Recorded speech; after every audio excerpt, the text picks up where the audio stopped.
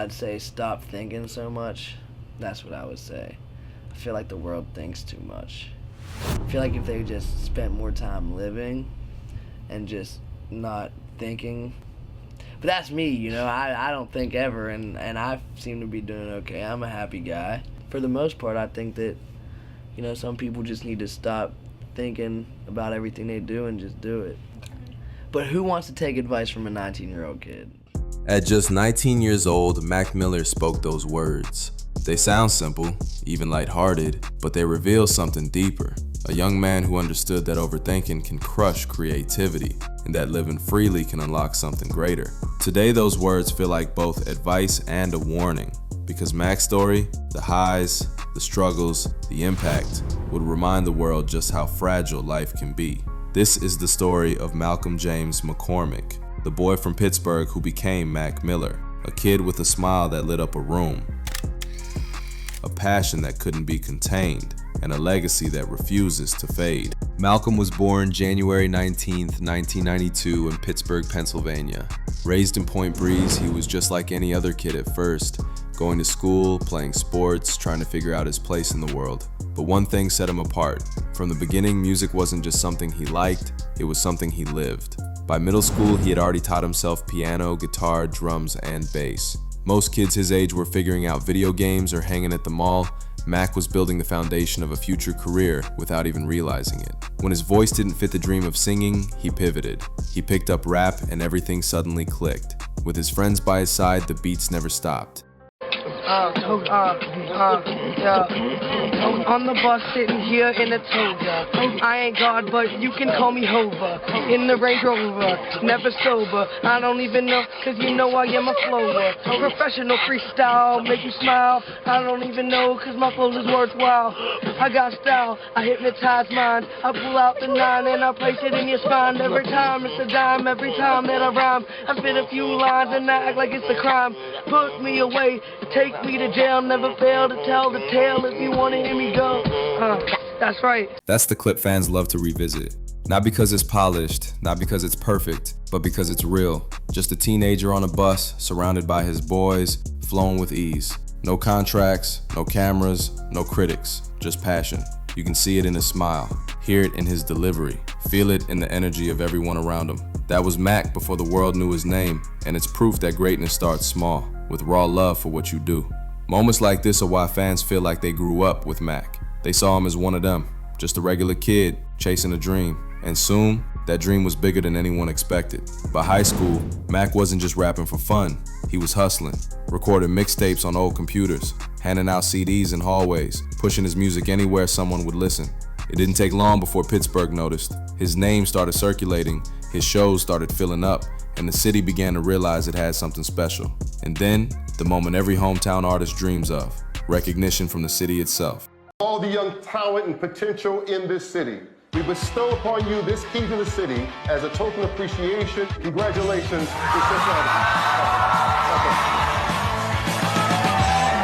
That moment wasn't just ceremonial. It was Pittsburgh saying, "You represent us." Mac Miller wasn't just a rapper anymore.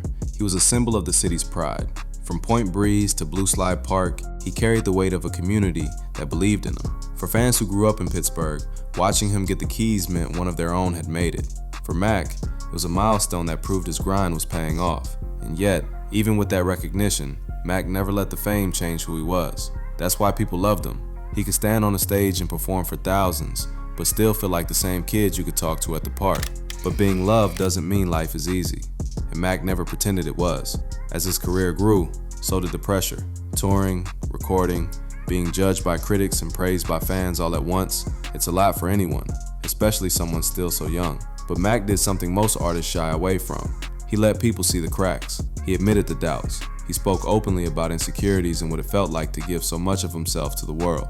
If you have a creative mind, you're gonna doubt a lot of things about the world, about yourself, that's all completely normal. Insecurity is all completely normal, especially with your own work, because it's an extension of yourself. So when you're giving away some of your art, you're giving away a piece of yourself, and it's like standing in front of a bunch of people naked. You're kind of like, I don't know, you know what I mean? So it's like, you know what I mean? You gotta You gotta like just start being cool with letting people get to know you on a deeper level, and then it all happens. His passing, you realize he achieved exactly what he dreamed of. His lyrics carried people through depression, heartbreak, addiction, and loneliness. His art gave hope when there was none, and his presence, even from afar, made people feel less alone. Those words hit harder than any headline. He compared giving art to standing naked in front of the world, exposed, vulnerable, hoping people understand you. That's the truth behind every song he made, and instead of hiding from it, he shared it. That honesty connected him to fans in a way numbers never could. Because while other rappers bragged about perfection, Mac spoke about doubt. While others showed invincibility, he admitted weakness.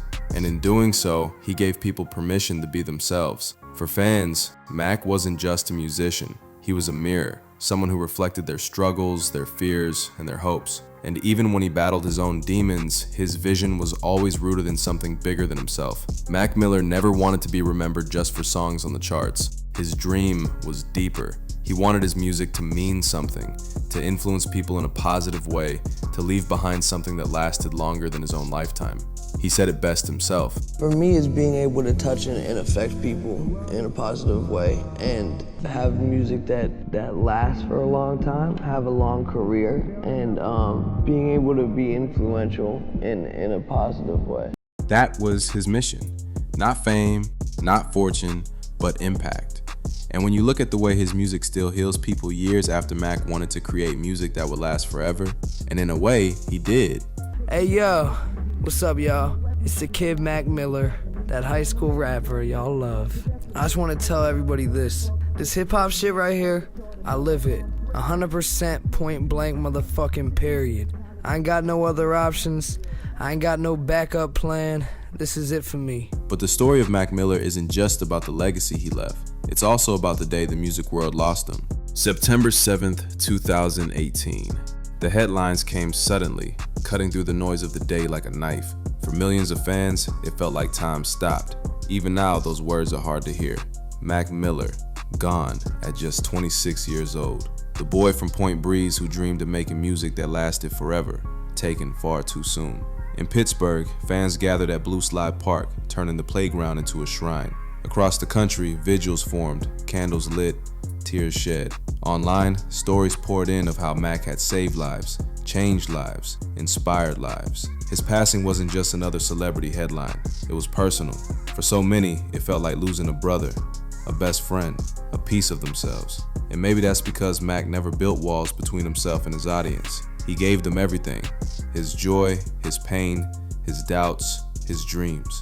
And in the end, his loss left a silence that still lingers. We're outside of the Studio City home of rapper Mac Miller, and authorities confirm here a death investigation is underway. Air 7 was over the scene when we saw what we believe to be Miller's body being transported into a coroner's van. We've seen investigators walking in and out of the home, and Variety, among other outlets, is reporting Miller, whose real name is Malcolm James McCormick, age 26, died of an apparent overdose. But Mac Miller's story doesn't end with tragedy. His music lives on. His words live on. The lessons he shared about doubt, creativity, love, and positivity, they live on. Fans still play his songs the same way they did when they first discovered him. Teenagers today, who weren't even alive when KIDS dropped, are finding his music for the first time and feeling that same spark. Man, you're high as fuck, man.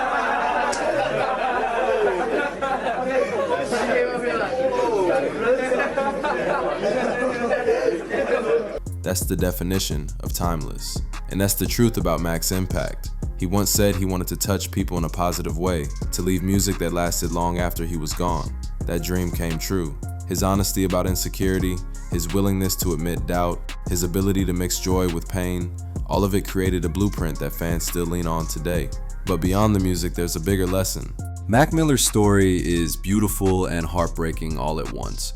A kid from Pittsburgh with a smile bigger than the stage who turned freestyles on buses into anthems for millions. A son, a brother, a friend who showed the world his joy and his pain without ever pretending to be perfect. He left us too soon, but his music, his words, his spirit, they're still here. So what can we learn from his story? We learn that success doesn't erase struggle, and that sometimes the brightest smiles hide the heaviest battles. We learn that vulnerability isn't weakness, it's the purest form of strength. We learn that art has the power to outlive the artist, to heal, to comfort, to guide people who may never even meet you. And maybe the biggest lesson of all is the one Mac left us himself. Stop thinking so much. Stop doubting every step. Stop waiting for life to be perfect before you live it, because time isn't promised. None of us know how many days we get. Mac Miller once said he wanted his music to touch people in a positive way and to last forever. And it did. It still does. Every single day, somewhere in the world, someone presses play on a Mac Miller song and feels a little less alone. And that's what immortality looks like.